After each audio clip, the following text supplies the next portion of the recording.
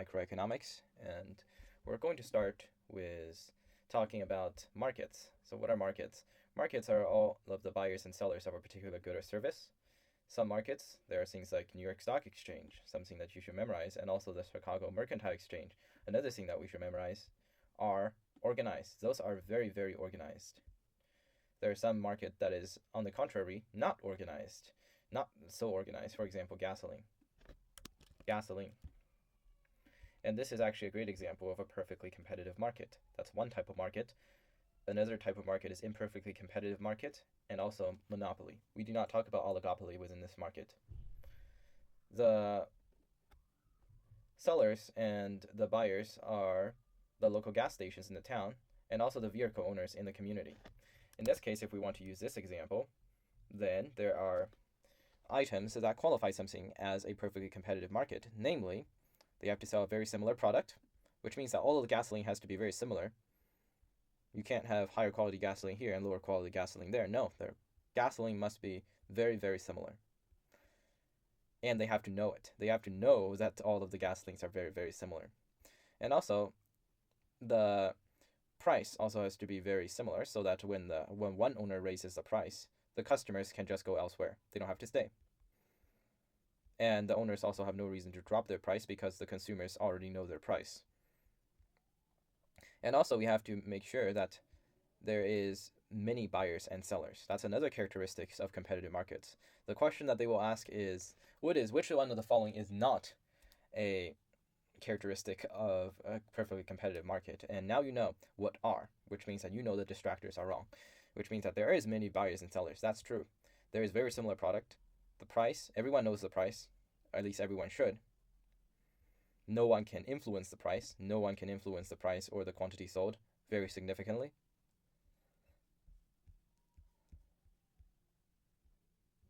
And in the same way, the buyers, since buyers are just individual car owners, which is small compared to the total amount of buyers in the entire market, no one buyer, which means that one buyer cannot just influence the price. It takes the entire community to determine the price. That's perfectly competitive. Now, the goods sold, again, has to be very highly standardized. Now, what does highly standardized means? This just means that they're all the same, very similar product. In other words, if I highly standardize something, such as milk, they all look very similar. Gasoline, they all look very similar. If you bring two box of gasoline in front of two people, two plates of gasoline, usually people cannot tell the difference. So it's very standardized. And there's a whole lot of buyers and sellers, as mentioned before, and each can buy as much or as little as they wish without influencing the market price, as mentioned before. And we have to remember that only a few markets actually precisely conform to this perfect competition assumption. But again, this is just like our previous assumptions, not perfect, but it is close enough. We have to know that it is close enough for us to make assumptions about the economy. Now, enough about the perfectly competitive markets. Let's look at the curves in the perfectly competitive markets. First, demand. What's demand? Demand is the amount of good, is the quantity demanded that buyers are willing to purchase. How much you're willing to buy. Now, here's the first concept of demand, the law of demand. What is the law of demand? Law of demand is basically saying that if I raise the prices, you will want to buy less of that good. If I lower the prices, you would probably want to buy more of that good. That's literally the law of demand.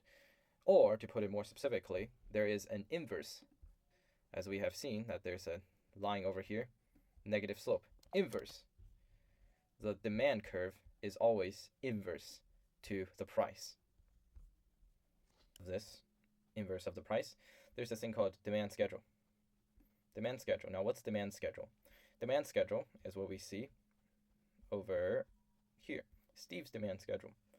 Basically, it's the demand curve, but it's in a table. As we can see here, price on one side. It always have the price on one side and the amount a person is willing to demand on the other side. And this is a demand curve, of which if we graph it on the line, as we can see, for example, $5. Let's say this is $5. We can see over here $5. What will corresponding to that $5 is $30. As we can see, it's $5 over here and $30 over here. Same thing with $3. If we can see $3 over here and $40 over here, That would be corresponding to $40 and $3. And again, it illustrates the law of demand where there is a negative slope for the price and the quantity demanded. Thus, the demand topic is the shifts in the demand curve. And the shifts in the demand curve is mostly just either the demand curve, in this case, shift to the left or shift to the right. What it means is that along every single point in price, the quantity demanded will be lower. In this case, it's actually a change in quantity that is independent of the price. Now, what causes shift in the demand curve? The first thing we can see here is income. Now, when income rises, the relationship works as this. When income rises, there are two types of main goods. There's normal good and there is inferior goods. Now, for normal goods, those are basically the everyday goods that you would buy. For example, if I were to buy some cereal, I would go for a actual branded cereal. I wouldn't go buy random cereal. In this case, for example, let's say I will buy Cheerios.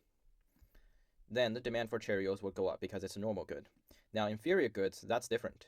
Inferior goods are goods that are inferior to Cheerio. For example, if I buy an off-brand good, a good that has no brand to speak of, then that would be an inferior good. And it makes sense because if you can't afford the more expensive Cheerio, then you would go buy the less expensive version of Cheerio. But if income rises in this case, what we will see is actually that you could afford the Cheerio. Therefore, you wouldn't go for an inferior version of Cheerio, which probably tastes worse. But in this case, if your income actually falls, then you would have no choice but to go to this inferior good because you can't afford this normal good of Cheerio anymore. In this case, the demand for Cheerio, which is a normal good, would go down, and for this inferior good of off-brand Cheerio would go up because you can't afford the normal Cheerio anymore. So that's the income. In this case, what an up arrow means that the demand curve will shift to the right, and a down arrow in this case, it means that the demand curve will shift to the left because decrease in demand along every single point in price, right? Price of related goods. So what are prices of related goods? Well, let's give an example of related good. Substitutes. A very good example of substitute is Cola and Pepsi. Coca-Cola and Pepsi. Those are substitutes. Why are they substitutes? Because those are very similar goods. And if I don't want to drink cola one day, but I want something similar to cola, I can opt for Pepsi. If I don't want to drink cola for one day, I will go to Pepsi because it basically tastes the same. As long as it's not for a taste reason that I don't want to drink cola, I would go for Pepsi because of how similar they are. And the same concept works when I'm trying to afford cola. Because why won't I want to buy cola? A reason could be that the price of cola has risen. The price of cola has risen. So I now look at cola and I'm like, this thing is so much more expensive. But hey, look over here. There's a good called Pepsi that is basically tastes the same as cola and essentially the same. So I will shift my demand now to Pepsi. So the demand of Pepsi will rise. And vice versa. If the price of the cola actually falls, then the demand for cola will rise while the demand for Pepsi will fall because the Pepsi drinkers are now like, hey, look at that cola. It's more affordable. Let's go buy that. Because guess what? People are rational. Most of the time, of course. The next one is complements. Now, complements are not very similar. They could be similar, but they could be not. Because the example we're going to give is milk and cookie. And why? Because usually, I don't know if people do that anymore, they eat cookie with milk. So people would opt to buy those two together. If I buy milk, obviously I go buy cookie, right? So this is what happens when the price of milk falls. That means that I will demand more milk. Why? Because now I can afford more of it. And since the demand for milk rises, this will actually cause an increase in the demand for cookie because we buy milk alongside cookie. And in the contrary, if let's say the cost of milk actually rises, that would cause a fall in the demand of the complement of the cookie. In this case, the demand for the cookie will decrease along with the milk. That's complement. So when there's a complement, the two things rises and falls together. They complement each other, right? So they rise and fall together. They're like comrades. And for substitutes, they sabotage each other. If one's demand falls, the other's demand rises, right? So that's the price of related goods. The next one is taste. Now taste is pretty intuitive. Let's say one day I feel like Pepsi is just not good anymore. It doesn't taste good. So guess what? I switch to Mountain Dew. I don't like Coca anymore. I don't like Coca-Cola anymore. I switch to Mountain Dew. So the demand for Coca-Cola drops. Or should I say a more modern example, at least to me, recently the play rate of games like Clash Royale rised. And now people, for some reason, their tastes feel like Clash Royale is good for some reason. And in this case, the demand for Clash Royale would actually increase, whatever currency they use in Clash Royale. So that's taste. Taste can also influence the demand. What are expectations?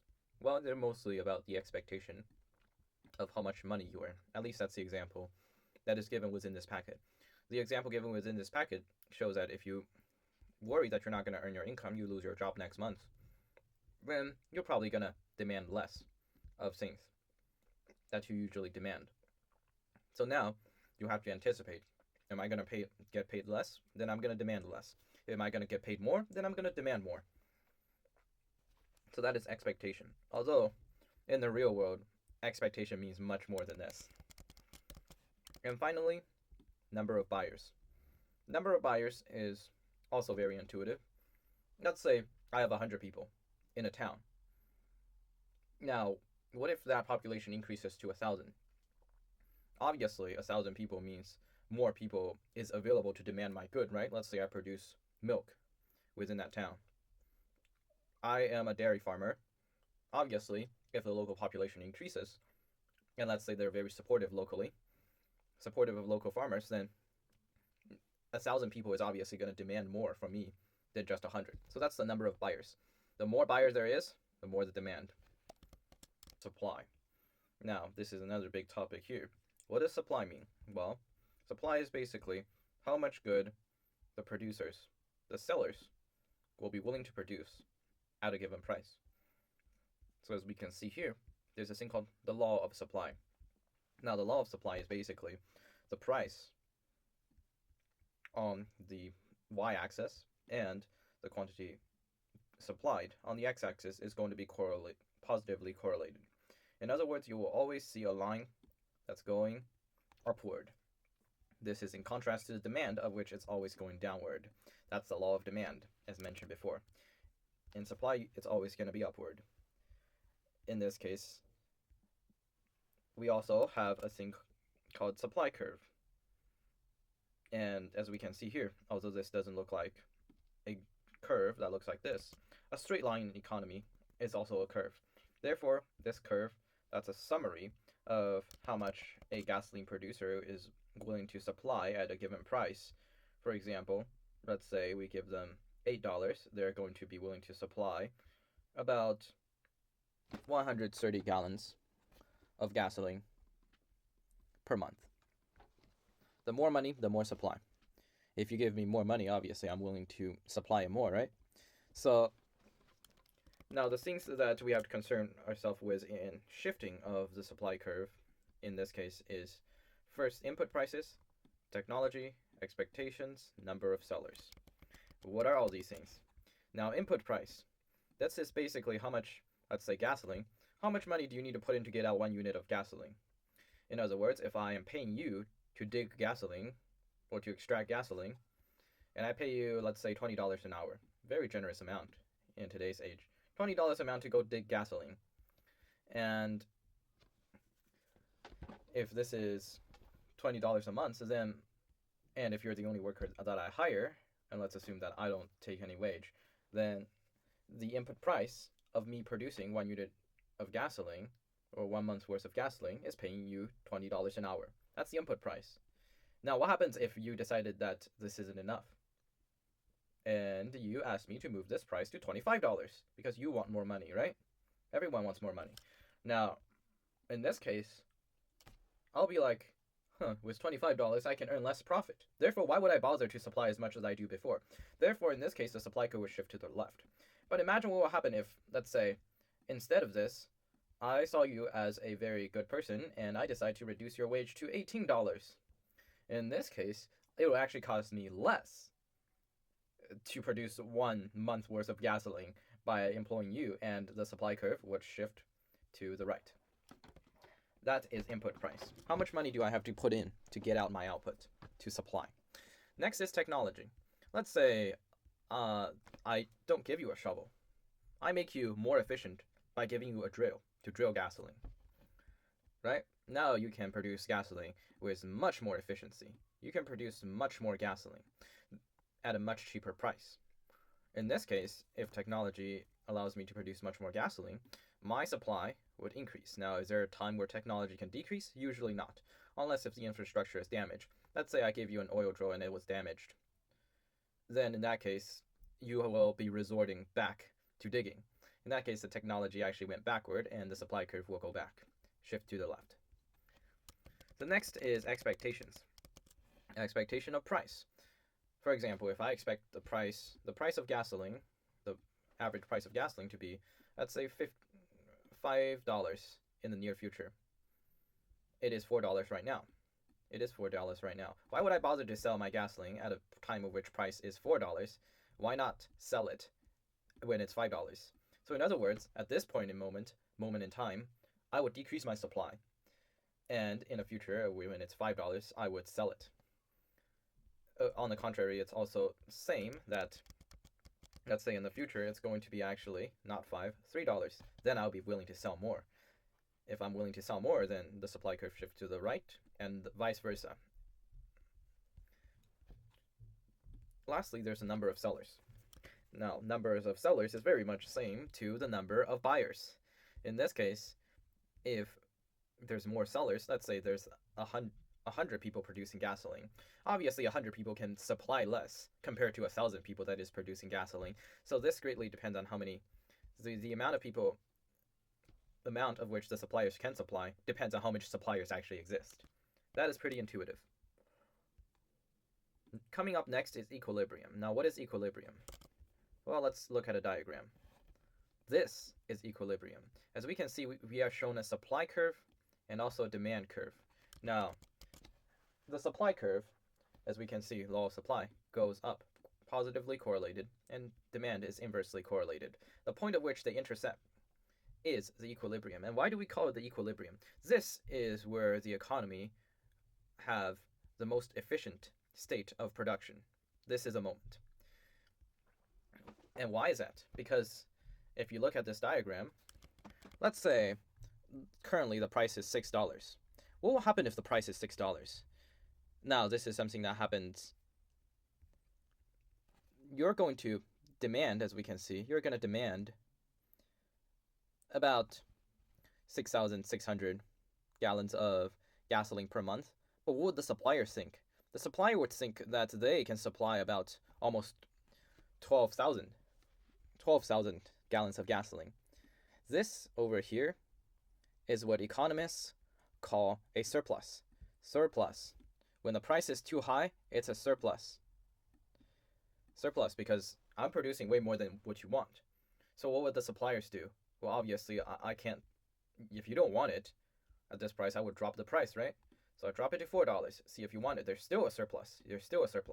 So I decided let's drop it to about $2. And I see, hey, this $2 is about where the equilibrium price is. And they want as much, and people demand as much over here as how much I supply. Nothing is wasted. Almost like Pareto efficiency, am I right? Nothing is wasted. So in this case, it will be in the equilibrium.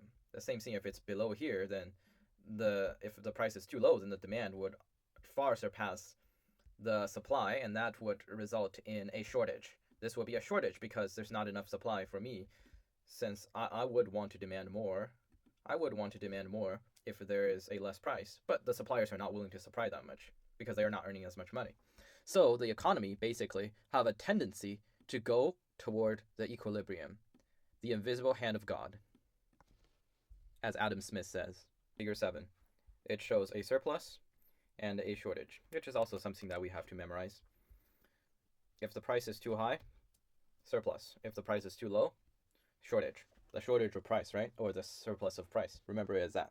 The next is a characteristic of competitive market equilibrium. So what is a competitive market? Well, as we have mentioned before, a perfectly competitive market is a competitive market. What is a non-competitive market? Well, we'll later discuss as monopoly.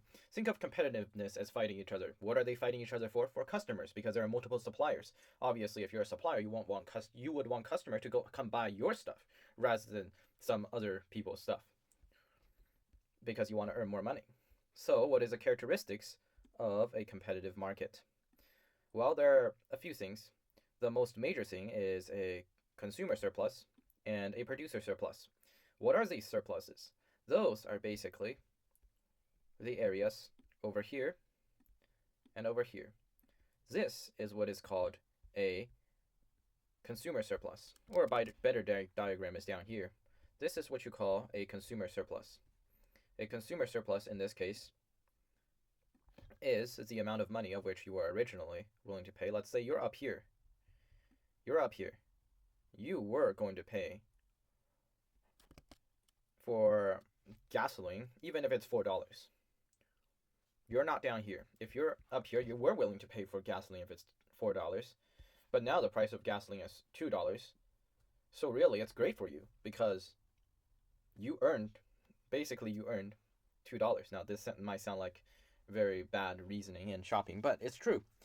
You receive the benefit of $2 because you valued it at $4. Now you valued it more at now the amount of supply, the money amount that they actually charge you is less than how much you value the good. You have gotten a benefit out of this good. And for the producer surplus is how much the benefits the producer would gain from selling at the equilibrium price. In this case, let's say I'm a producer.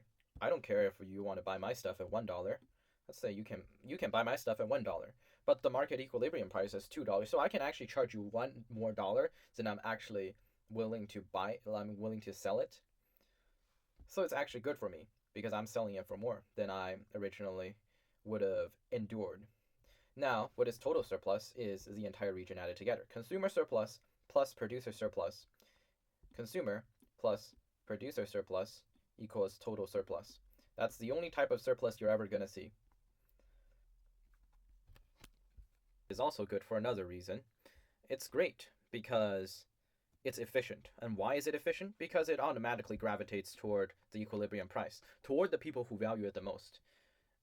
It's not something like, oh, you're my friend, so I'm going to give you this stuff. No, it's not like that. It's that you value this the most, therefore I'm going to sell it to you because you're willing to pay me this much more than whoever that friend was. So competitive market equilibrium and competitive markets ensures that it is efficient, in fact, Paretally efficient, because it encourages the market to use as much resource as it can muster, to use as much resource to earn as much profit as it can muster, because there is competition to produce this competitive market model. Now, the main thing that we're going to discuss first is the changes in market equilibrium. How exactly do this equilibrium point change? Well, as we discussed before, when either the demand curve or the supply curve were to shift. For example, the example given over here, of which you have to memorize this. It's 10 to 20%. It allows dairy farmers to increase milk production by 10 to 20%. Remember that. It's from BGH, bovine growth hormone. They may throw a very weird word in over here, so be careful. Remember, it's bovine growth hormone that allows dairy farmers to increase milk production by 10 to 20%. And what happens with this is that, as we can see, it's a factor that actually shifts the supply. And what is bovine growth hormone? It's technology. That's why we can see over here the supply curve shifts to the right, because there's better technology, more efficiency in producing milk, because bovine growth hormone is essentially a technology used to produce more milk. In this case, there will be more supply on every point of the price, independent of price change effects. Therefore, we can see an actual example of technology actually shifting the supply curve.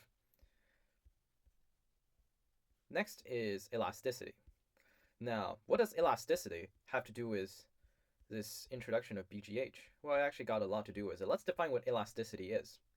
Elasticity, as we can see, elasticity of demand is a percentage change in quantity demanded divided by the percentage change in price.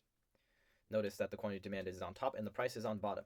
It's going to be the same for the price elasticity of supply, where the quantity change in supply will be over the percent change in price. So remember, the price is always going to be on the bottom, and the quantity is always going to be on top.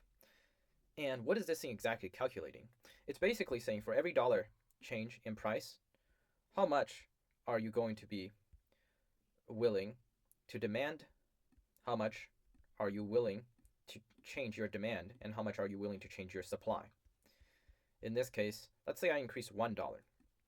You demand, let's say, 10% more on your demand. I change $1, you were willing to demand. Let's say I increase the price by 10%. You're willing to demand. Your demand decreased by 10%. Your demand decreased by 10%. And the supply increased by 15%.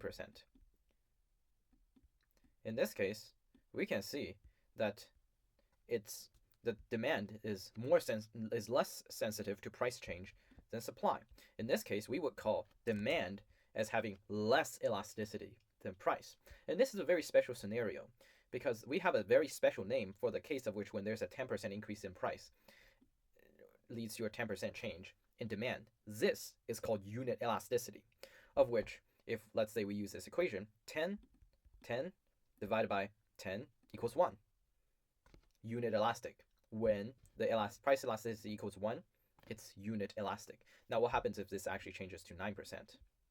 What happens when this changes to 9%? It's no longer 10%, it's 9%. In this case, it will be 0.9. What happens when it's 0.9, when the solution is actually 0.9? Well, what happens is that it's less than 1, therefore it's inelastic. We can say that the demand is inelastic. And what happens if it's not 9? It's actually, let's say, 30%. I am willing to change 30%. In this case, the result will not be 0.9, it will be 3. In this case, it's more than 1. Now, why is that significant? Because now the demand is elastic. The demand is very elastic, which means that, in fact, as you can see here, it's actually more elastic than supply, because supply right now is actually only 1.5, which is still elastic, but not as elastic as what demand currently stands. So that's how you calculate the elasticity of supply and elasticity of demand. It's a measurement of how sensitive is demand and supply compared to the same percentage change in price. Now, there are many things that can influence this kind of elasticity, namely substitutes, necessities, market definition, and time horizon. Pretty easy. 4 things for demand, specifically for demand. For substitutes, let's say, why does this make sense? For substitutes, let's say I increase the price of cola. I increase it by $10. I increase it by $10. Are you going to be willing to buy cola anymore? No, I'm not willing to buy cola anymore if you increase it by $10, right? So what would I switch to? I switch to Pepsi. And even let's say we don't use $10, I just use $1. I increase it by $1. There's still going to be a lot of people who opt for Pepsi. But let's say what happens if I have a very exotic restaurant and you're in the middle of Wyoming. You don't have a lot of exotic restaurants over there. Now let's say this very exotic restaurant increased their price by $10 on every single item that they have. Now obviously your demand is going to go down, but it's not going to be robbed away by the substitute, because there is no substitute for this exotic restaurant. There's not another this kind of exotic restaurant in like 500 miles. Therefore, the substitutes matter in elasticity. The more substitute you have, the more elastic it is. Next is necessities. Now let's give an example what is a necessity and what is not a necessity. At this point in time, we still use gas cars, so it's not completely electric yet. So to go to work, you need gasoline, at least in the suburbs. You still need gasoline. So gasoline is a necessity. You can't use your car without gasoline, unless if you have a Tesla. Now, the next one, who is non-necessity, is, let's say, candy. Now, when times are hard, you would still want to buy gasoline. I mean, like, if the price of gasoline rises, let's say the price of gasoline rises, you still have to buy gasoline, regardless. Maybe you buy a little bit less, but you still have to buy it.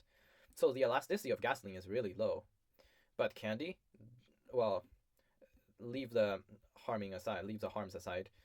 If this thing's price increase, I think a lot of people can go without this thing. So when candy's price increase, they're going to demand less of that, much more than they're going to demand less of gasoline. Therefore, the importance of this item to people's daily lives also impact elasticity definition. The broader your market, the less elastic it is. Why is that? Because let's say we consider the Coca and Pepsi market again. Now, if I say, as we have discussed before, if the price of cola rises, then because it has so many substitutes, although you still want to buy a soda, so you switch to Pepsi very easily. So this market is elastic. But what if, let's say, you group this market together? You define the market as the soda market. Now, let's say you're a soda addict. You can't go without living without soda. Now, if the price of cola or some soda, if the price of soda as a whole increases, you don't really have a lot of things to switch to. So this directly links itself to substitutes. The broader the market definition, the less substitute there is. Therefore, the less the elasticity of supply, and vice versa. And finally, we have here the time horizon. Now, this is important because let's use a gasoline example. Gasoline, more people, now that's a necessity. Gasoline is a necessity in which people can't drive around without gasoline at this current moment. So if we use gasoline, gasoline is, in the short run, not going to decrease much in demand because in the short run, you still need gasoline. In the long run, though, you see the price of gasoline skyrocketing, you might go buy an EV. In this case, you don't need gasoline anymore. Gasoline will decrease in demand in the long run. But can you just decide to, oh, the gasoline prices today has risen to $4, let's just immediately sell our own car and go buy an EV? That's impossible.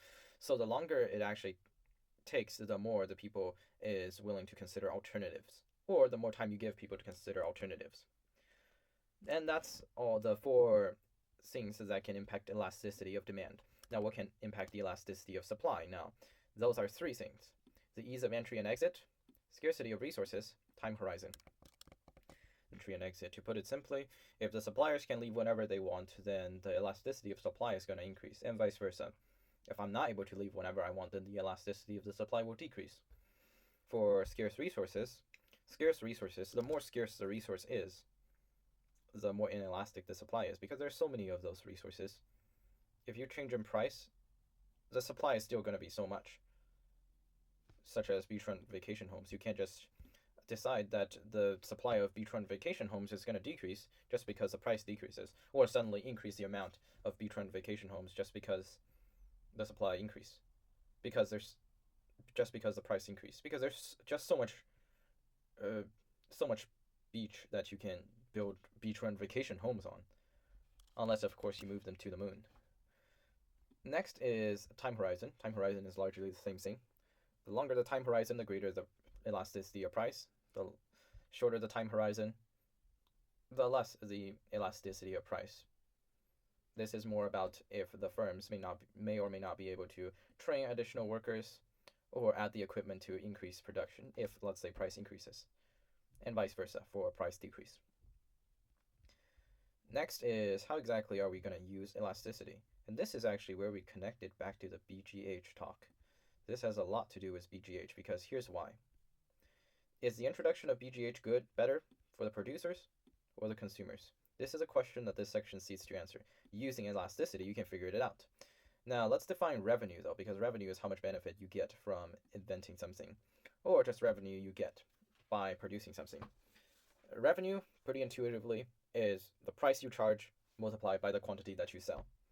Now, revenue is not the same thing as profit. This is just how much money you get by gross. In this case, as we see here, the total amount of consumer, let's say the introduction of BGH shifts over here. Originally, the consumer surplus is this block. Now, after this thing shifts over here, as we can see, the consumer now have an extra triangle over here. They gain this triangle of consumer surplus. That's good for the consumer. That's great for the consumers. But what happens to the producers? The producers originally had this much stuff. And now, since if we look at it on this perspective, this is the amount that they originally have. That's how much producers originally have. Let's actually change the color over here. This is how much they actually have originally. But after the introduction, their surplus actually shifted over here. This is how much they have now. Now they gained this triangle over here. But what have they lost for that triangle? For this small triangle, they have lost this entire big piece of their own surplus. So as we can see, although they increased the amount of supply that they actually give, this thing wasn't actually no good for them. It's actually no good for them because now look at all the producer surplus that they have lost. That they lost all those producer surplus. It's elasticity's fault. Because let's visualize something here. Let's say the curve of this before and after introducing BCH was like this. It's much sharper this time, isn't it? And next time I increase it, it's like this. Same slope, I increase it like this. Look at how much they're actually not going to lose in this case. The producer surplus would be over here, and they would gain all this much. They would gain this much more for this. For losing just this little of producers, well, it's not really little. They got made up for their loss much more. They actually got much more gain from the original loss. In fact, let's serve this to the even extreme. Let's say it's a vertical line. The supply curve is a vertical line over here. Now it's shifted over here. In this case, this is the amount of producer surplus that they lost. This is the amount that they gained. Doesn't sound like a bad deal. And even better, let's change the demand curve so that it's more elastic. Let's say the demand curve is unit elastic. And now, let's assume that the supply curve stays the same. Actually, demand curve being unitly inelastic. Now the consumers, after the BGH introduction, how much would they gain exactly? Now the producer surplus would be about over here. Consumer surplus will be about over here, and the producer surplus will be over here. Now that's even worse for the producers, isn't it? So actually, whose fault is it when the producers are getting less money? First of all, it's because the supply curve is being too elastic, it's being too flat, and the consumer and the demand curve being too inelastic. To touch on and you need to memorize for elasticity is that there's two special cases of which it's almost impossible. The first case is very possible to reach. The second case is very impossible to reach. Perfectly inelastic. What are examples of perfectly inelastic? I think you saw this. It's Picasso paintings. What happens if it's perfectly inelastic? Price increase doesn't matter to the supply. Of course, that's a supply example. For demand, it's that if you increase in price, I'm still going to demand as much. For example, if we suddenly started charging people for air, you can't breathe less air exactly. I mean, you could, but you would still demand air very, very much. In this case, if we charge people for air, they would still need air. They absolutely do if they want to survive. So in other words, there's not going to be change in the supply and demand at all if it's perfectly inelastic. But the other extreme is that the perfectly elastic, which could work for both supply and demand, of which a change in price basically ruins everything. If you raise it $1 above or $1 below, if you raise it $1 above, I'm not going to buy it.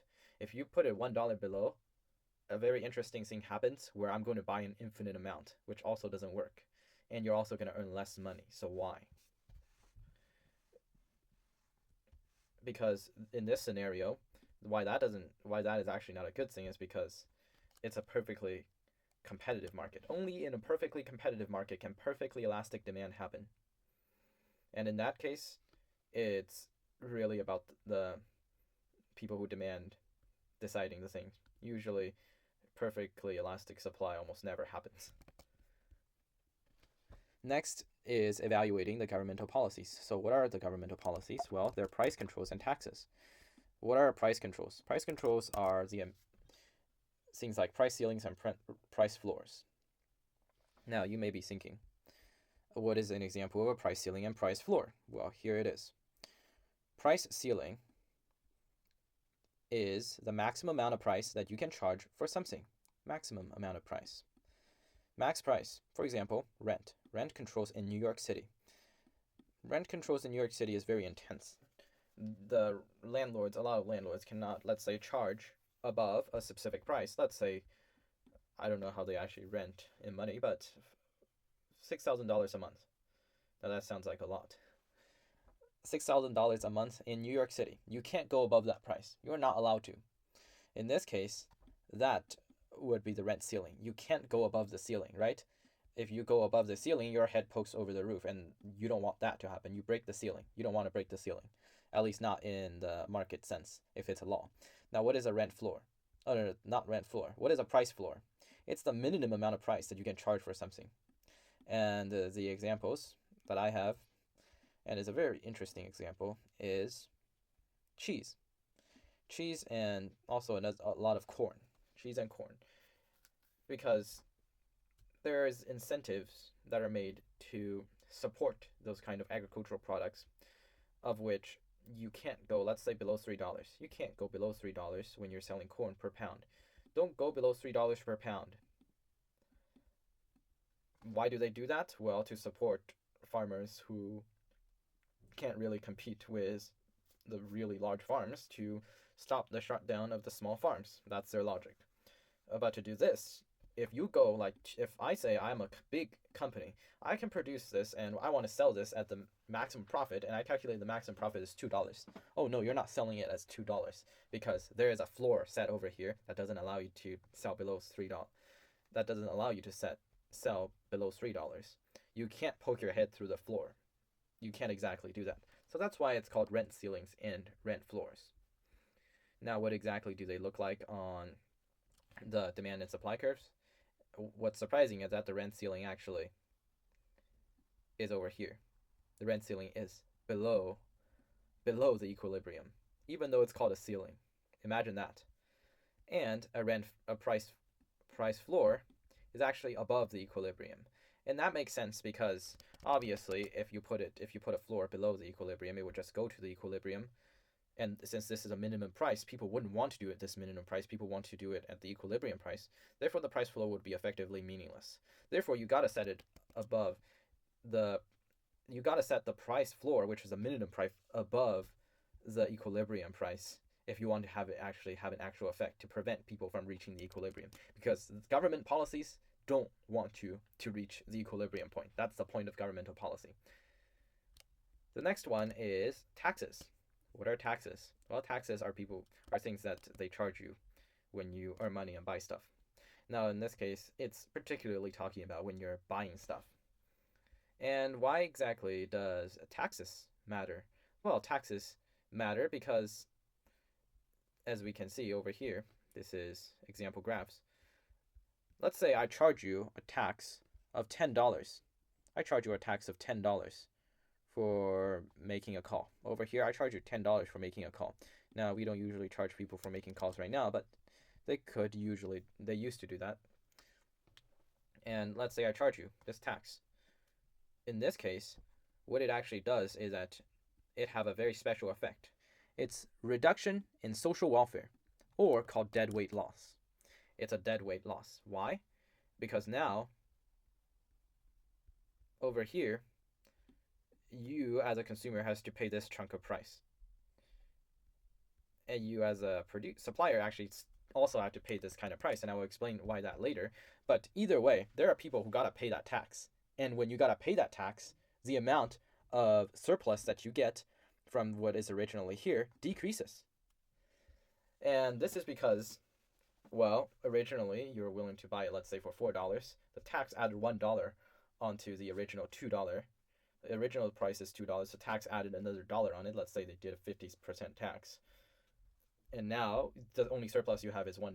Originally, you could have bought it for $2 and had the surplus of $2. That's why it's called deadweight loss. Such a negative name, right? Now, as for who shoulders the burden of tax. Now, who shoulders the burden of tax? As mentioned before, both the suppliers and the consumers. And why is that? It's because, first, the consumer, doesn't matter which side it's on, really. If the consumer gets a tax, then I'm going to buy less of that stuff because, it just got more expensive. If I buy less of that stuff, then the supplier is like, well, that's not so good, because you buy less of that stuff, I get less revenue, which means that I earn less things. Because I wanted you to buy on the equilibrium price, but now the equilibrium kind of drops. So you buy less of my thing, I earn less profit. That's also bad for me. That's why it's described with such a negative name, deadweight loss. And it is supported by both the consumers and the suppliers. As to who pays for it more, that again relies on how elastic you are. And as to how the more elastic you are, the same thing. The more elastic you are, the more you're gonna get hurt by this tax. Let's say the elasticity of suppliers is originally like this. Then this tax is really gonna hurt you. If it's like this, it's really, really gonna hurt the suppliers, because the suppliers is just so elastic that it's gonna shoulder more burden. You see, if you're not elastic, you break. You like hold very still, right? You're very sturdy. But if you're elastic, you just bend under the pressure of the tax. And in this case, you will shoulder more burden of the tax. That's taxes and price controls for governmental policy. Trade. This is a great example of gains from trade, as this is basically countries trading with one another. And this assumption that we talked about in section 1 works great here, because countries want to gain when they trade. But the first thing we're actually going to talk about is countries that does not trade. In this case, for every country in the world that exists, there's this thing called Production Possibility Frontier. Production Possibility Frontier, PPF. What is a PPF? It's the possibility that you can actually get trade-offs on, let's say, in this case, this guy's PPF, Robinson's PPF is coconuts and fish. Coconuts and fish. Now he can either get 24 coconuts or 20 fish. That's how much he can produce if he's on a desert island. Let's say he's on a desert island. He can get either 24 coconuts or 20 fish. Or 8 fish. Not 20 at all. 24 coconuts or 8 fish. In this case, this is a production possibility frontier, as you have to sacrifice a set amount of coconuts for a fish. This is almost like the slope you learn in math. And in this case, this is an isolated economy, which means that this is all there is to it. You have a production possibility frontier, and you cannot go past this production possibility frontier. You cannot go past over here. This is off limits if you don't trade. And next, let's say we actually add another person, adding opportunities to trade. We allow you to trade with another person. In this case, this person's name is Crusoe. And the background is that Robinson is able to build a boat to reach Crusoe. And now, these two people can trade. And through trading, although this introduces the idea of actually absolute and comparative advantage. Comparative plus, well, absolute advantage is somewhere. Comparative and absolute advantage. There is a difference between comparative and absolute advantage. The way we see it is that absolute advantage is that you absolutely can produce more than the other person. Crusoe can absolutely produce more coconuts and produce more fish than Robinson's production possibility frontier. She can produce way more than him. Comparative advantage then in this case. Well, comparative advantage is just as simple. Or not just as simple, but quite simple. Let's say how much fish do we have to give up for Robinson per coconut? How much fish do we need to give up to produce per coconut? Obviously, Robinson, as we can see, gives up 8 fish to make 24 coconuts, which means that she gives up less fish to produce each coconut, right? And as we can see this directly through mathematical calculations, that if you divide 24 by 8, 24 by 8, what will we get? We will get 3. So in other words, you get 3 coconuts per fish. But what's the deal with Crusoe? Crusoe, as we can see, that's a 1-to-1 relationship. If you divide 36 by 36, you give 1. Which means that in this case, Robinson actually have a comparative advantage in producing coconuts compared to Crusoe, because look at Crusoe. Crusoe has to give up more fish. In other words, she had to give up one fish to produce per coconut. How much fish do Robinson needs to give up? Literally 33% of a fish. Robinson have to give up 33% of a fish to produce per coconut. So, therefore, you have a comparative advantage. Robinson has a comparative advantage in producing coconuts.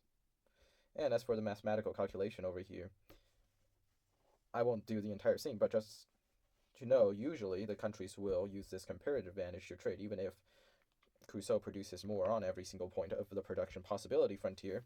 And this way, if, let's say, Robinson completely devotes himself to producing coconuts and Crusoe completely devotes herself to producing fish, they can actually hang out over here.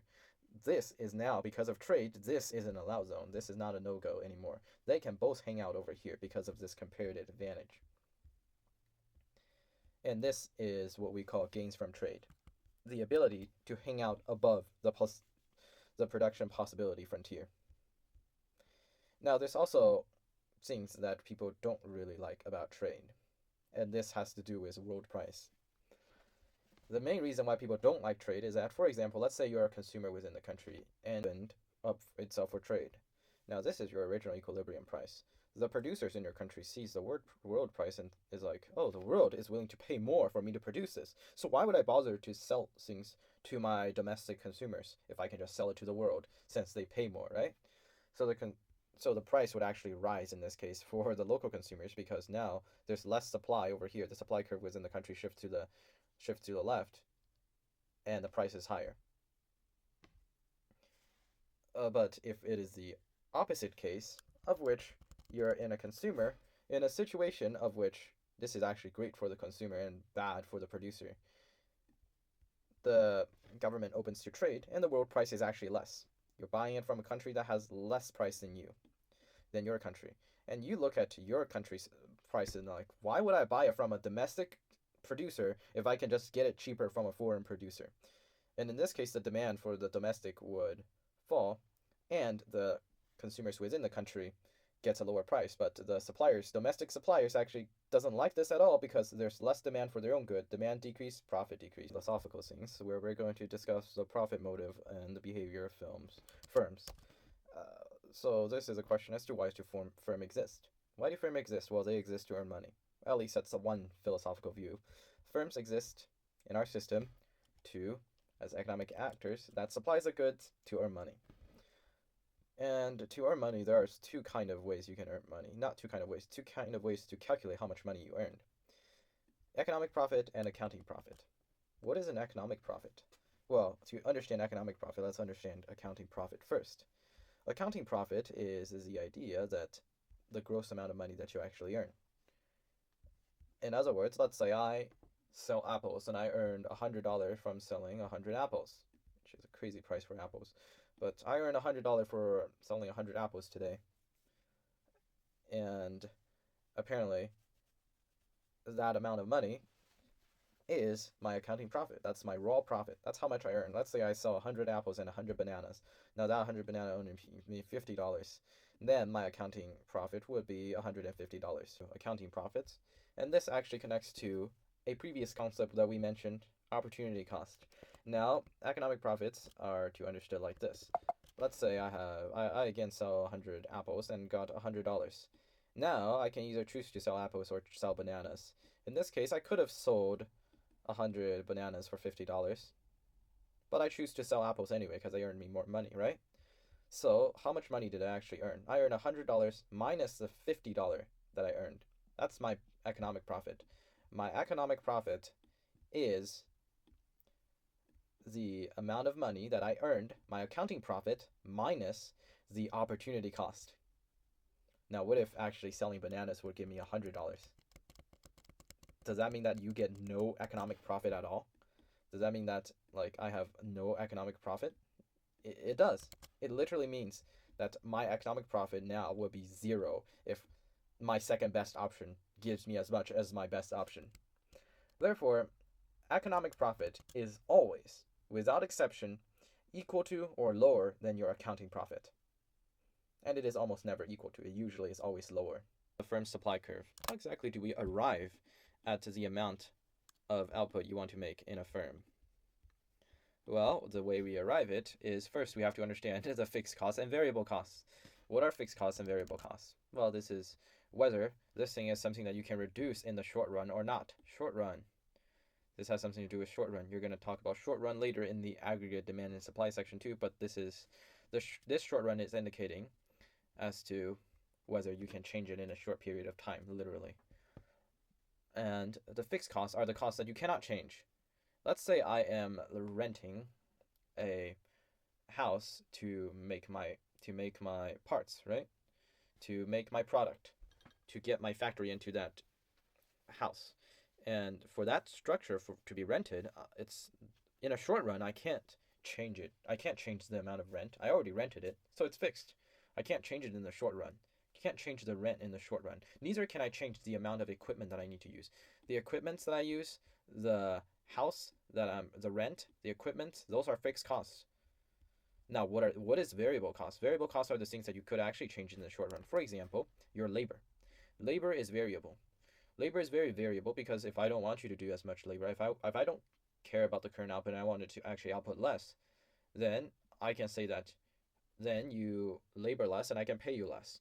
Or if I ask you to labor less, therefore I pay you less and I produce less, I can also use less materials because material also another one of my input costs. Remember, the fixed costs and variable costs are essentially just input costs of supplying a product.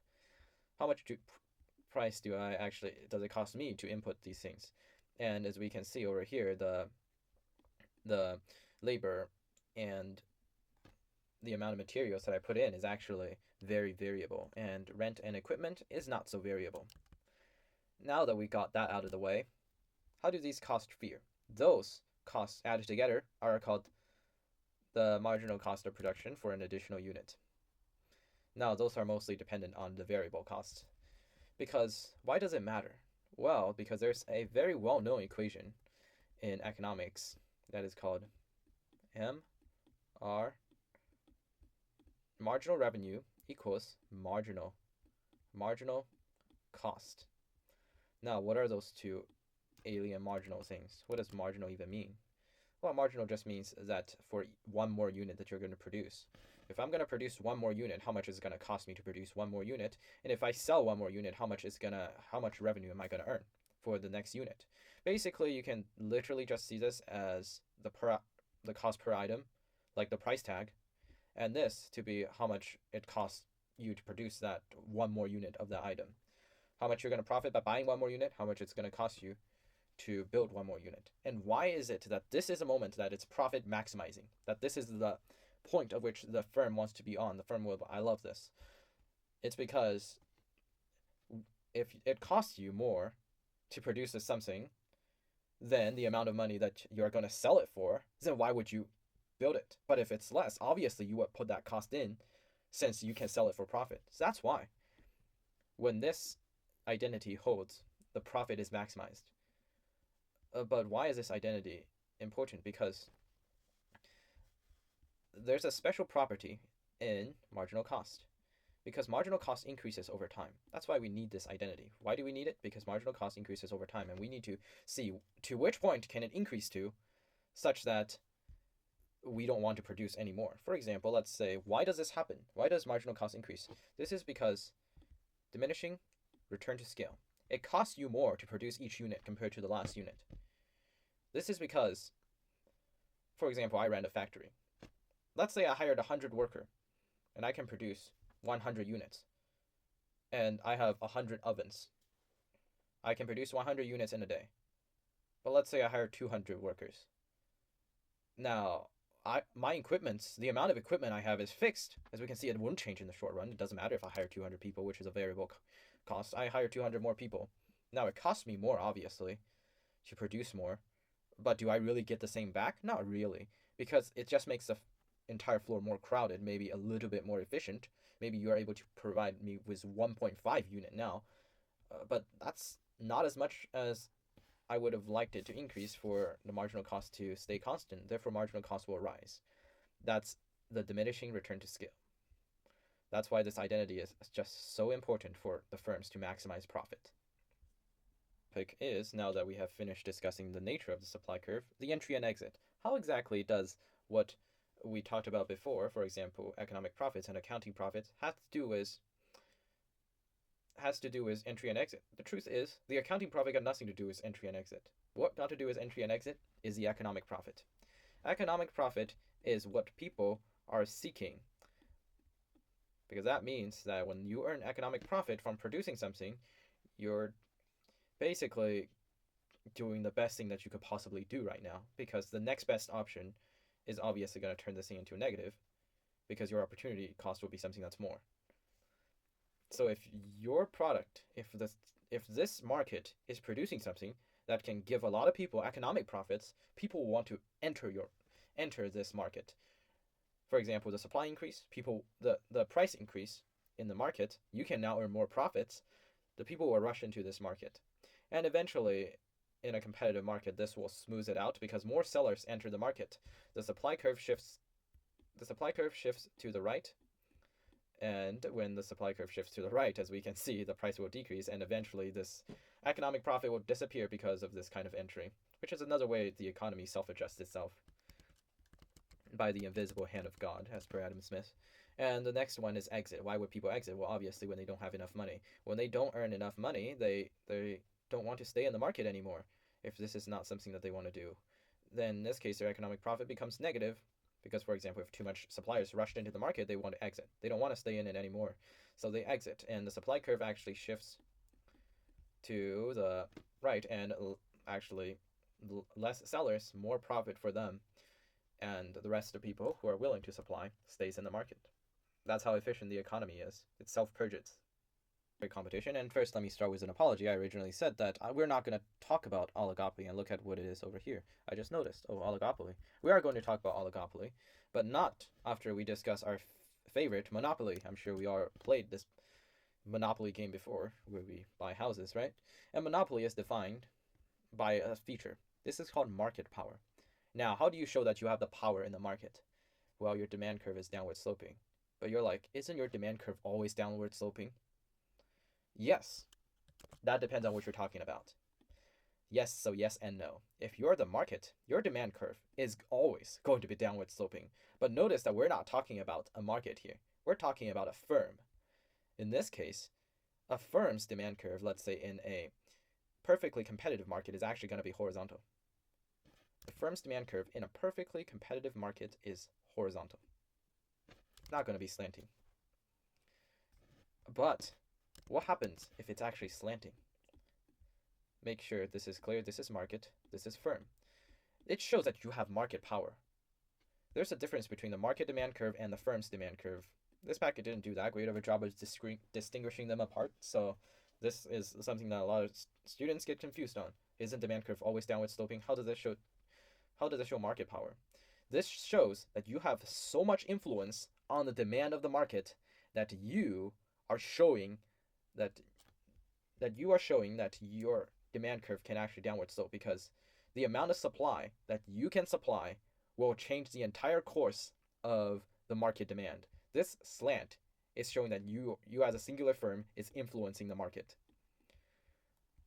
Because usually small firms just have a teeny bit of influence. This, you can see the entirety of a teeny bit of influence. The entire market is the combination of those tiny slopes on many different firms if it's a competitive market. In a non-competitive market, it's just one firm. The same thing as a market. Huge influence. So that's why a firm's monopolistic demand curve or oligopoly demand curve is so important here. Now let's go talk about monopoly after we discuss why they have so much market power by just being slanting in their demand curve.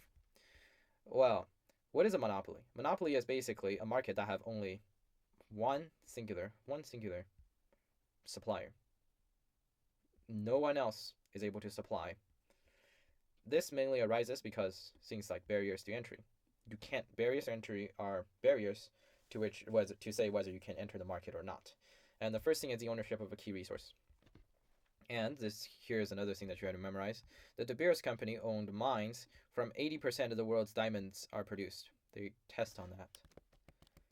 And they also test on what kind of things that they produce. In this case, now you know, De Beers, diamonds. And why is that important? Why is it important, let's say, you can get all these resources? Well, if you control this resource, then you are the only one who can produce this thing. No one else can produce this, only you. Because how do other people produce your resource without the resource? That's one key to monopoly. Other people can't enter the market, they don't have the resource.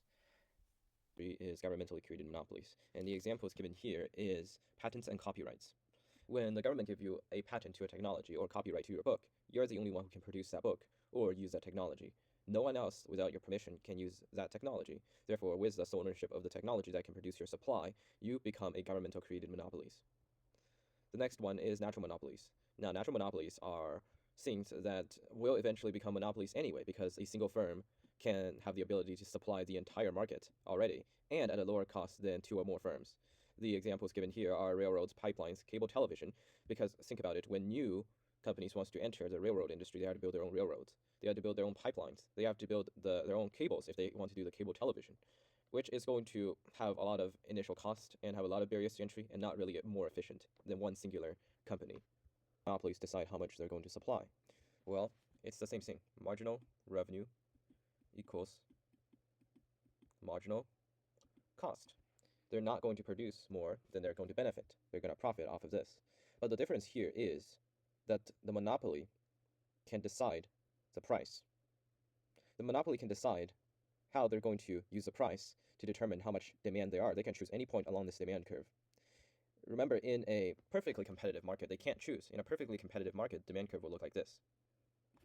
Therefore, even if you change the quantity of which you supply, nothing will change about the demand, because your company in a perfectly competitive market simply is not influential enough for the entire market to respond to how much you're changing. But in a monopoly situation, you're the only supplier. You're the only person who can set the price of this thing, therefore manipulating demand. And that's what's so powerful about the market power about a monopoly. You get to set the price. You get to supply however much or however little you want, and have marginal revenue meet marginal cost.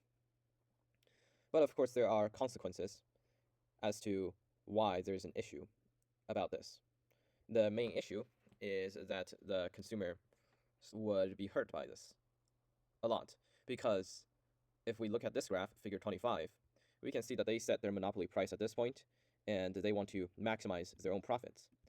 But you see, the demand at this point, if you produce one more unit of the item that they're producing, the demand will still be willing to afford that. The only problem is that it won't be good for the marginal revenue. You see, this is the cost where marginal cost meets marginal revenue. But the demand is willing to pay more than your marginal cost. The demand is willing to pay more than how much it costs you to produce one more unit. Therefore, the consumers loses this part of surplus. There are still people who desires this item more than how much it actually costs you to produce it. But because of the profit, if you lower the price for one person, you have to lower the price of everyone. The consumers will not be able to get these part of consumer surplus, and that's the problem for consumers. Now, and why is it really important for monopolies to get this kind of ability? Well, let's give an example. Let's say you have 100 people, and you can charge them $10 each. You can charge those 100 people $10 each. But if you want to, let's give an extreme example, to increase that to 150 people, you have to charge all of them $5. Now, this is, if you want to, now in this case, a monopoly wouldn't want to charge $5. Even if this is a competitive market, the price would have been $5. If you're a monopoly, you don't want to charge $5 because it's bad for you. The better price for you is $10. And there will still be 100 people who is willing to get this. But those 50 people are losing out because there's no competition in the market. So the consumers want competition in the market. So how do you deal with that? Now, this is something that you need to memorize. It's the Sherman Antitrust. Sherman Antitrust Act of 1890. This is basically an act that decides that if you are a monopoly, you will be split apart. For example, the example given here is antitrust regulation of AT&T, which is an internet supplier that was split up in 1984. It's easier to remember, quite an easier to remember. And also another example is Microsoft to unbundle its Internet Explorer from the Windows operating system. Those are two examples of antitrust regulations in place. One is an example of regulation. Regulation still monopolistic practices. Ticketmaster. Ticketmaster during the Taylor Swift Eras Tour pre-sales in November 2022. Only Ticketmaster have the right to actually sell those tickets. Therefore, it is deemed as monopolistic because now they can control those prices and things like that. And then there's also natural monopolies that are actually allowed to exist, and those are more soft regulations. Soft regulations, for example, the public utilities, electric power, cable television, and things like that, they cannot freely set the prices. They cannot, in other words, maximize their profit. Things like the Edison Electric Company, they're governmentally owned monopolies, because it's so hard for an individual to go around and say, I want to invest in this thing, and lay a few hundred miles of cables. That's not practical for someone to enter like that. Therefore, it's a natural monopoly, and the government needs to regulate it themselves. And finally, the example is brought up of public ownership. Water, sewer, sanitation services operated by municipal governments. Now, those are completely governmentally controlled, governmentally owned companies, like water, sewer, things like that. Because, again, those are natural monopolies that are very, very hard to exist without being governmentally regulated and governmentally controlled. Now, what else can the monopoly do to get more money from the people? They have a lot of methods. That's price discrimination. And price discrimination is actually one of their best tactics, even better than marginal revenue equals marginal cost. It's even better than those methods to maximize profit. This is basically asking you to pay however much you can. Now, why is that bad? Because let's say they see you're very rich. You're rich, and they ask you to pay, let's say, 200% more than a poor person. Or they see you, and they thought that you want this more. You want this more, so they ask you to pay 200% more than people who wanted less. That's an issue, because originally, if there's a set market price, if the market price, say, is just $8, they can't charge you any more or any less than $8. Now they can. Now, when they look at this scenario over here, if they want to get those extra 50 people, they do not need to lower the price of those 100 people over here. Therefore, they would actually be able to exploit and take away this entire consumer surplus into their own pockets. And many examples were actually given. Things like college need-based financial aid. If you guys going to apply to college anytime soon, this is a very, very important thing, because colleges are intentionally charging you a very high amount of tuition and giving students financial aid so that they can charge the rich as much as possible and the poor people less, but also usually an insane amount. Other things like movie theaters who offer to pay lower price tickets for people who are less likely or less benefited to come to movies, such as children and senior citizens. Less willingness to pay. People who are less willingness to pay. And also airlines is an example. They offer lower prices to travelers who stay over a Saturday night. And next is the one that I originally said we're not going to talk about, but we are actually going to talk about oligopoly. What are oligopolies? They're basically not a true monopoly, but they are very few companies, very few entities. These few entities are able to control the entire market. Now, they're not able to control the entire market themselves, but there are very few in quantity to meet the obligation of actually perfect competition. Things, for example, tennis balls, aircraft, electric light bulbs, those industries are very highly concentrated in a very few companies. In other words, very few companies can decide the price. Now, what's the problem with this? Even though they don't have the ability to price discriminate or manipulate the entire market single-handedly, they can still form a cartel to have a functional monopoly. So what's a cartel? Basically, let's say these three companies meet up together and say, let's act like a monopoly. Let's restrict the amount of supply that we're going to supply to raise the market price so that we all get more profit and the consumers suffer. Now, that is not allowed in today's standard, but that is forming a cartel. Now, that's not the same as things like drug cartels and other cartels. This is more of a consumer cartel and more of a supplier cartel, actually. And this doesn't have to be limited to anything. This can be, basically, if you want a cartel on the internet browsers, they can even do that. If you want a cartel on light bulbs, washing machines, any of those can form a cartel. It doesn't have to be one singular supply. And the example they give here is actually oil. The OPEC, Organization of Petroleum Exporting Countries, and they test on this. OPEC is basically in short, they are a bunch of oil-rich countries in the Middle East plus Venezuela that controls the supply of oil around the world because they have a ton of oil, and oil is super important. Now, during the 1970s, they played an important role in raising the oil price because they are a cartel, and they're actually a legal cartel because they're multinational agreements. In 1970, they raised it from $3.39 a barrel to 1972 to 31.77 a barrel in 1981. Now, that's a problem. And why is that a problem? It's because now it leads to an OPEC oil crisis. This is one of the famous examples of the oil crisis that led America into actually wanting to extract a lot of its oil because they don't trust the Middle East anymore for supplying the oil. And But again, those cartels, as we can see, they're between nations and between companies. Can they totally trust other companies? Not really. So why did this cartel actually fail at the end? It's because the high price of oil, many of these member countries began to increase production. So they're like, oh, more money. I really want that money. So I'm not willing to keep up the price. So in other words, they broke the agreement and they finally dropped below $10 a barrel. So that's a very great example of how a cartel may break down. And also in April 2020, they also shared restrictions in demand of oil due to the COVID-19 crisis, which is why, another reason as to why the oil prices is so high during COVID-19.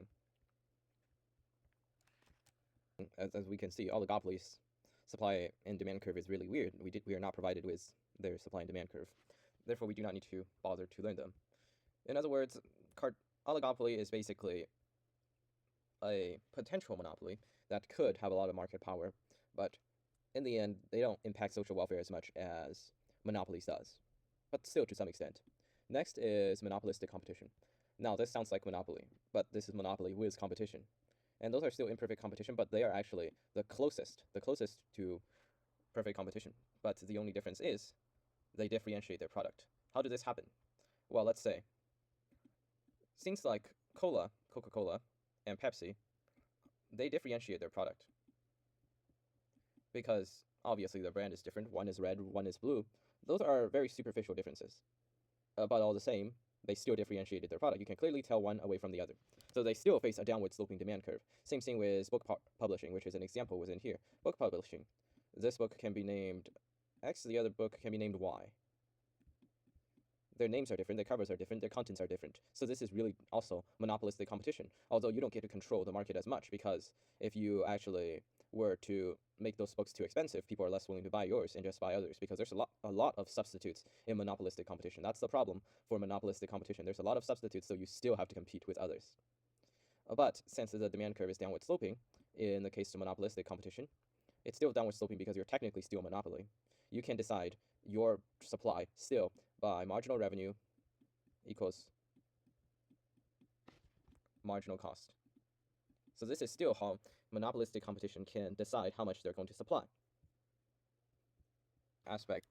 Though an aspect that is unlike monopoly, another aspect of this, is that although it is marginal revenue equals marginal cost, which means that it could earn positive economic profits, unlike in the perfectly competitive, you're unlikely to earn that. In a monopolistic competition, you can still earn positive economic profits. But there's not as much barrier to entry this time. You can actually produce your own brand of cola if you want. You can produce your own brand of book if you want. Own brand of soda. In this case, the ease of entry of new firms supplying the similar goods and services are very easy. You can totally do it.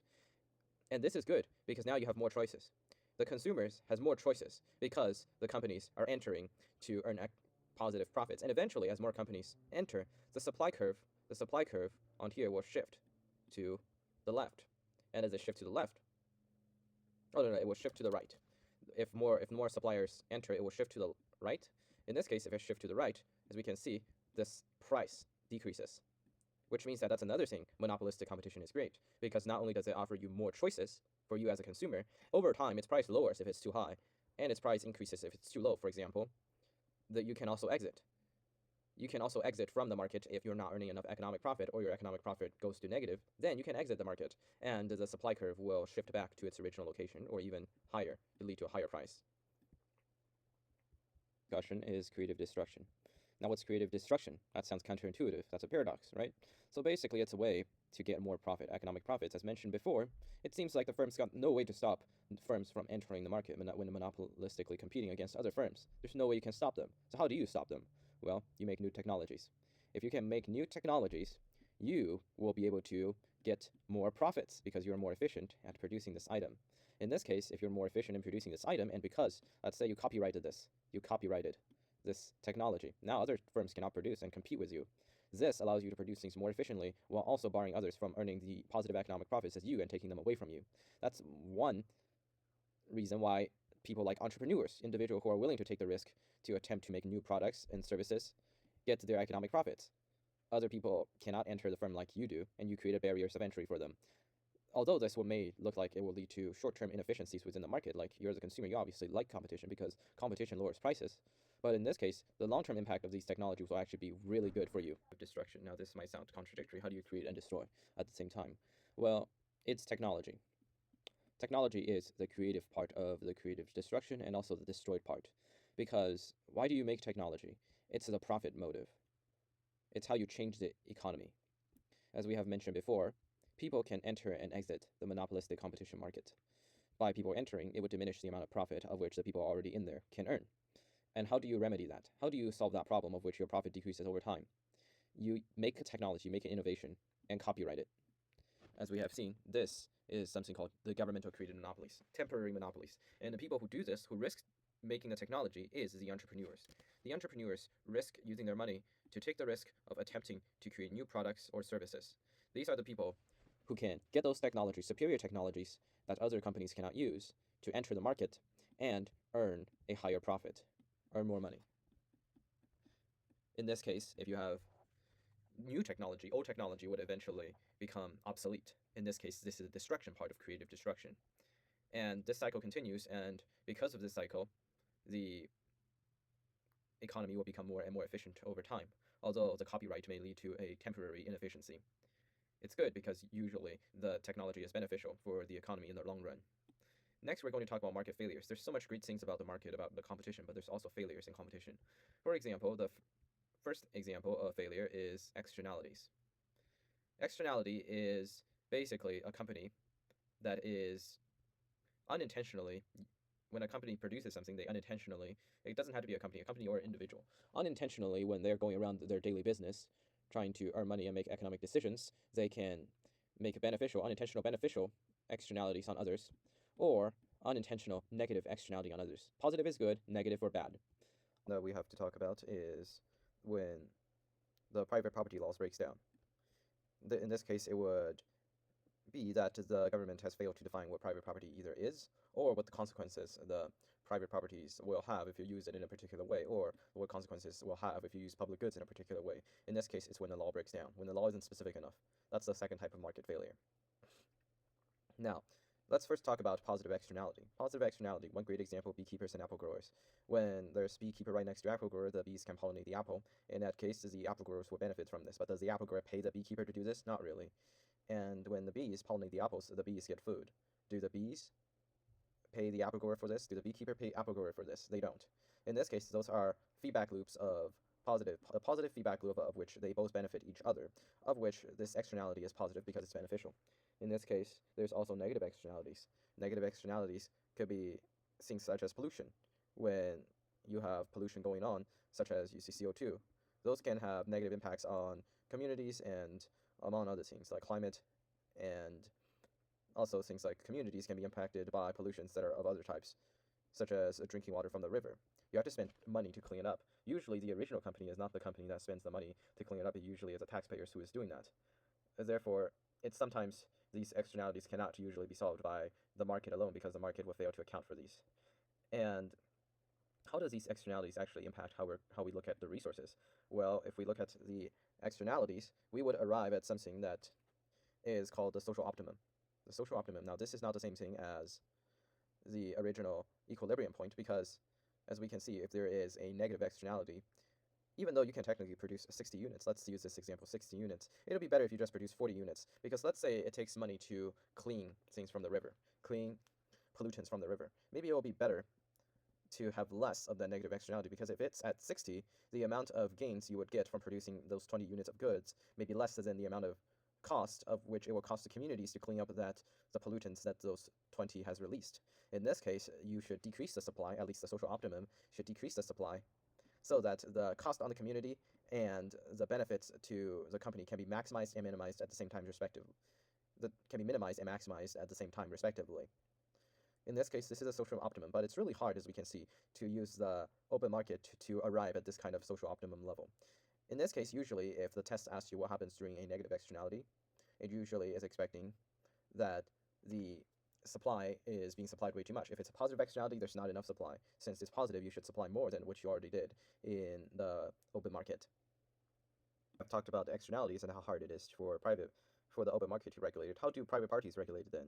Well, this is something that needs to be memorized. It's from Ronald Coase. It's called the Coase theorem. It states that when the property rights are clearly defined, private parties can sort out these kind of things like pollutions. they can sort out things like pollutions privately. So, for example, if there's two people, let's say Tad. Tad is not cutting his lawn. If Tad isn't cutting his lawn, that's a negative externality on Sue, because Sue got to look at Tad's lawn because she's Tad's neighbor. Now, if Tad has an unorderly lawn and Tad does not care, that's all fine for Tad, but Sue, that's a negative externality on her eyes and mind. So Sue can either pay Tad to clean up his lawn. In this case, if there's no laws that actually says Tad should clean up his lawn, Sue can pay Tad. And if Tad likes the price, he can accept and clean up his lawn. If Tad doesn't like it, then Tad cannot accept, and that would be the optimal solution, because Sue, if she's not willing to pay enough, that means that she doesn't get enough value cleanness that much anyway. In that case, that would be the most efficient. But if there's actually private property that says you have to keep an orderly lawn or else your neighbors can report you, in this case, it can go the other way around, where Tad can pay Sue.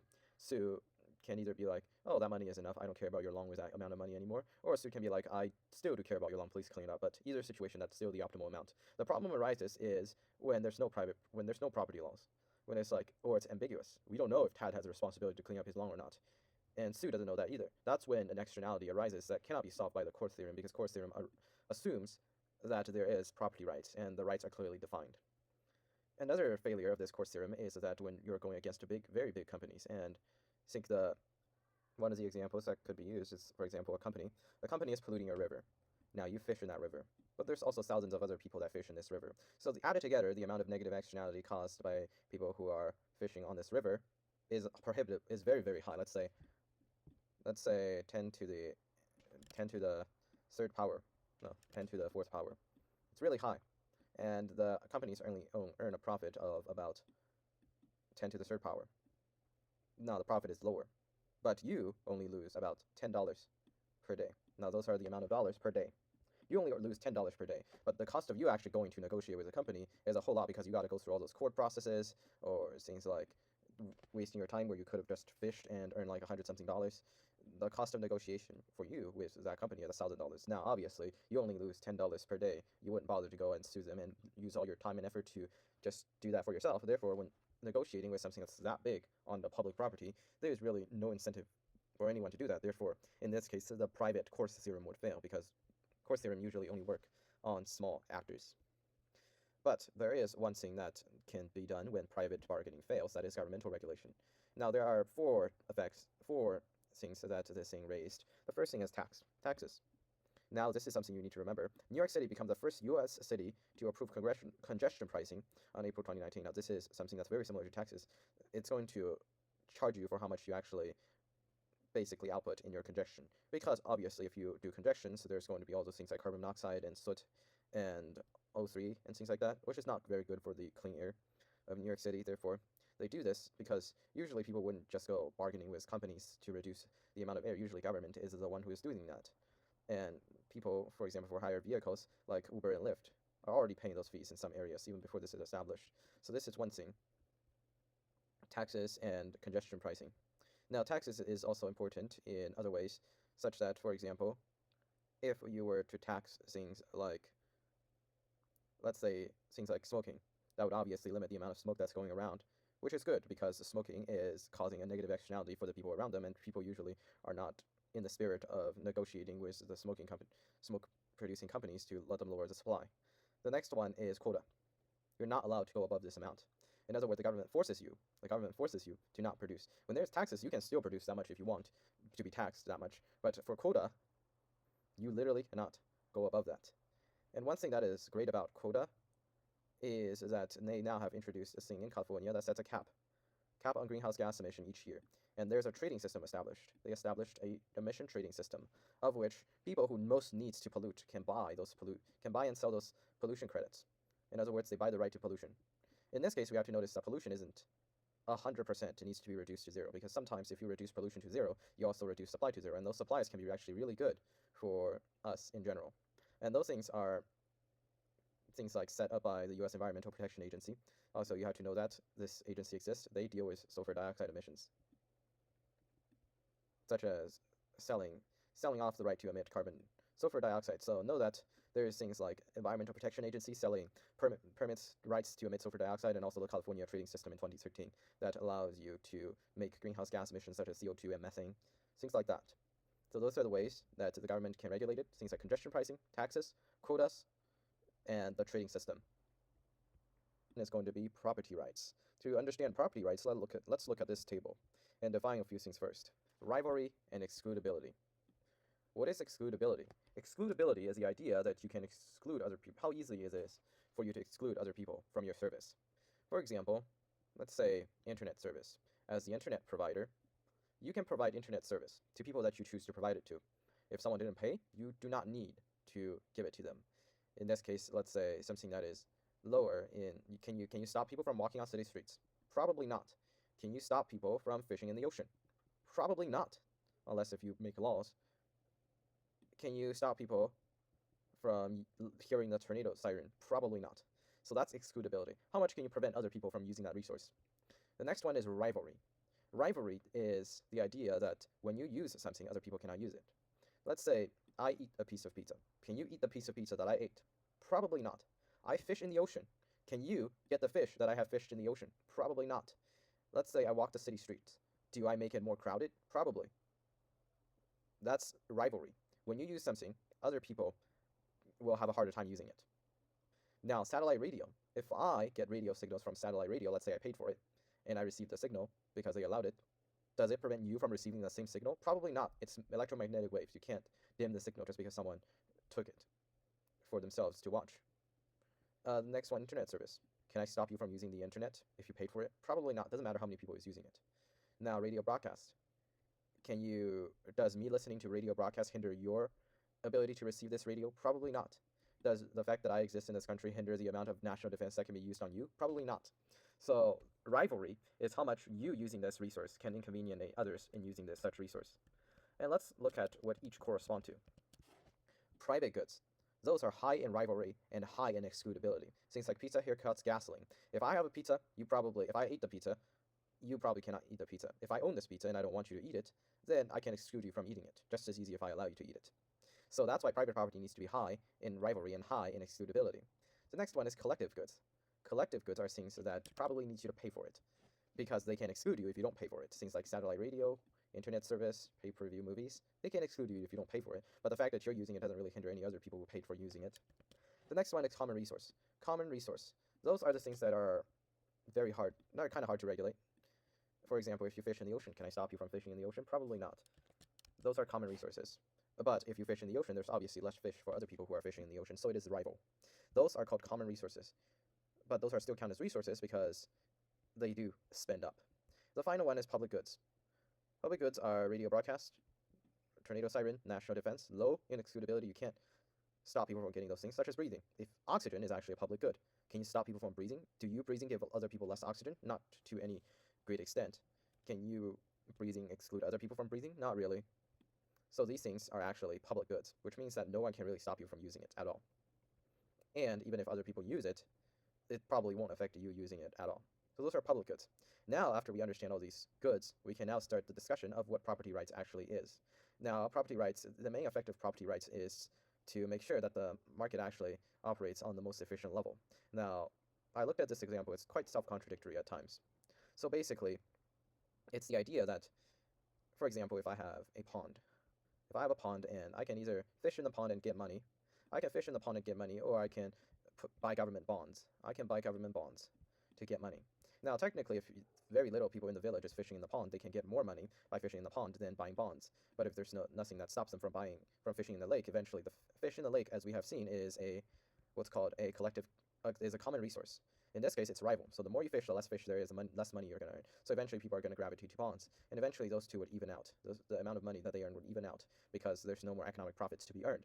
In this case, if there is actually laws regulating it, for example, I make this pond my private property and only I can fish in it. Now the village actually increases in their income because only the people they will only fish in the lake at its most profitable point, up to its most profitable points compared to the bond. And the village income would increase in this case. So it's a great way to increase the amount of income. And as mentioned before, the resources deplete. And what happens when resources actually deplete? It happens to the tragedy of the commons. Why is this important? Because let's say there's a bunch of mountains over here and you can have your goats eat those mountain grass. Now, no one is probably going to stop you from eating those mountain grass. But the problem is if there's 100 goat farmers trying to make their goats eat the mountain grass, eventually the mountain grass would run out and nobody can use it anymore. This is unsustainable. Therefore, without actually having defining of the property rights and regulations, making this a private property so that people would have incentive of protecting it, but it becomes a common resource, what happens is that common resource get depleted, and the tragedy of commons happens when no one have any resource at all, because they just don't care. They just want the most profit as much as possible. So that's the tragedy of the commons. Institutions, organizations, and the government. Those are three distinct things. The first two are very similar because organizations have institutions. In other words, institutions are just a bunch of rules and informal rules, such as tipping people, and also marriage norms. Most markets are operating, such as the marriage and child rearing practices and norms, how to tip a waiter in the restaurants.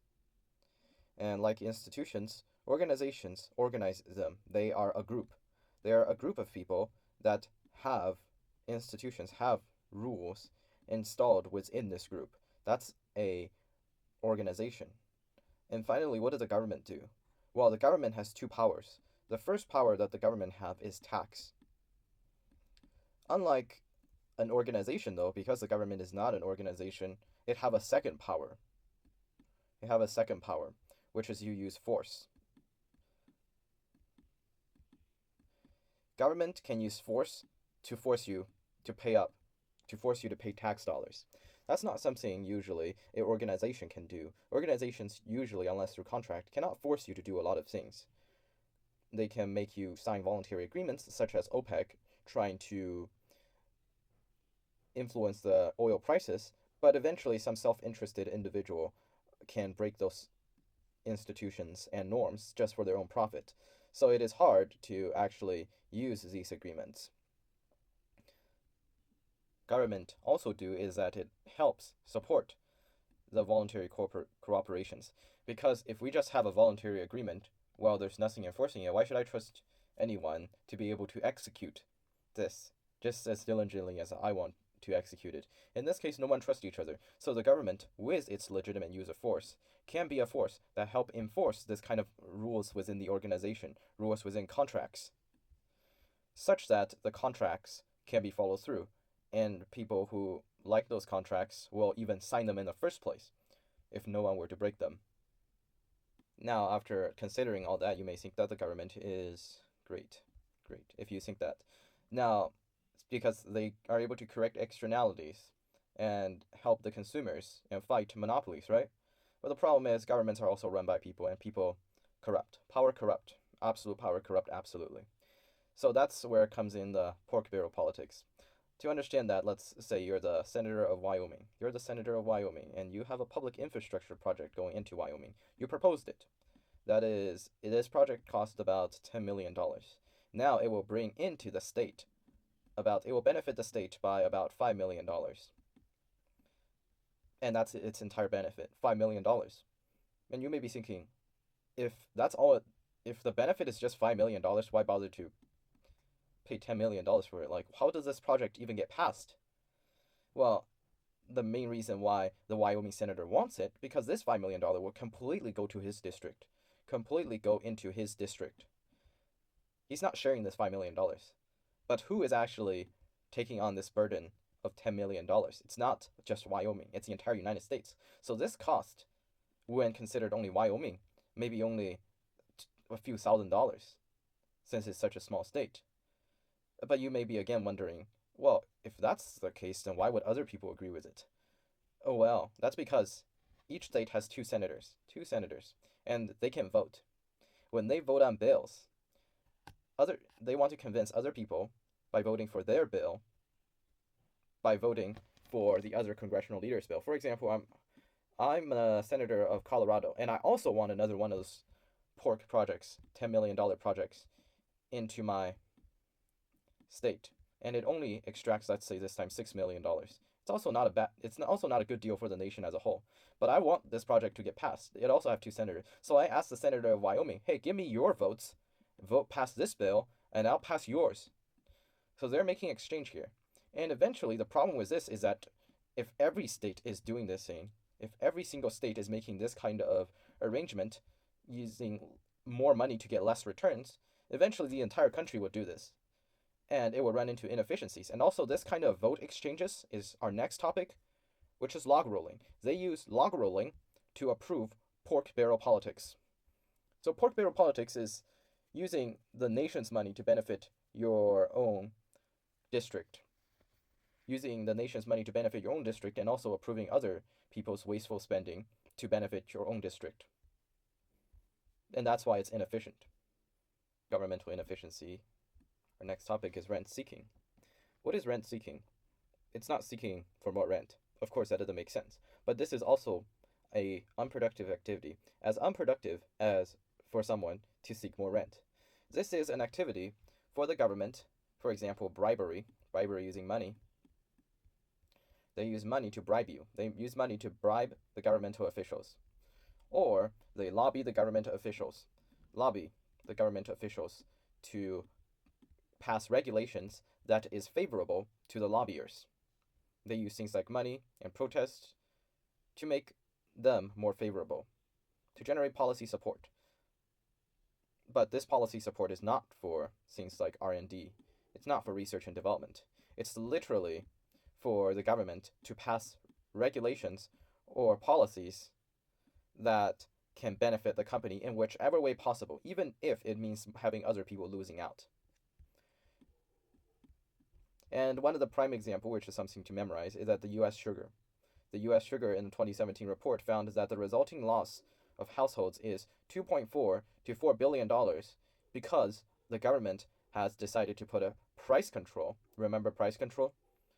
Price control on the U.S. sugar and barred outside country from having cheap sugar to come in, restricting the importations of cheap sugar, achieving a price control for the sugar. This makes U.S. consumers to lose dollars. But of course, this $2.4 to $4 billion on 300 million people, that's nothing.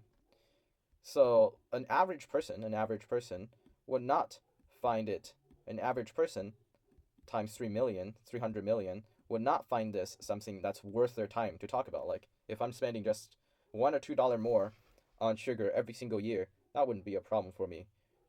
At least not a problem large enough for me to go tell the government you should stop this. This is very similar to externalities, where the individuals simply don't find it worth their time to protest these kind of actions, rent-seeking actions.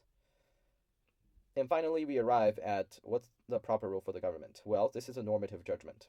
This is actually remember positive normative economics? This is a normative judgment. And it's beyond purely economic considerations. So all you have to remember this, what is a proper role for the government? It's normative. Because it's opinions. And that concludes section 2 of the Economics Resource Guide. Thank you for watching, and hope to see you in section 3, Macroeconomics.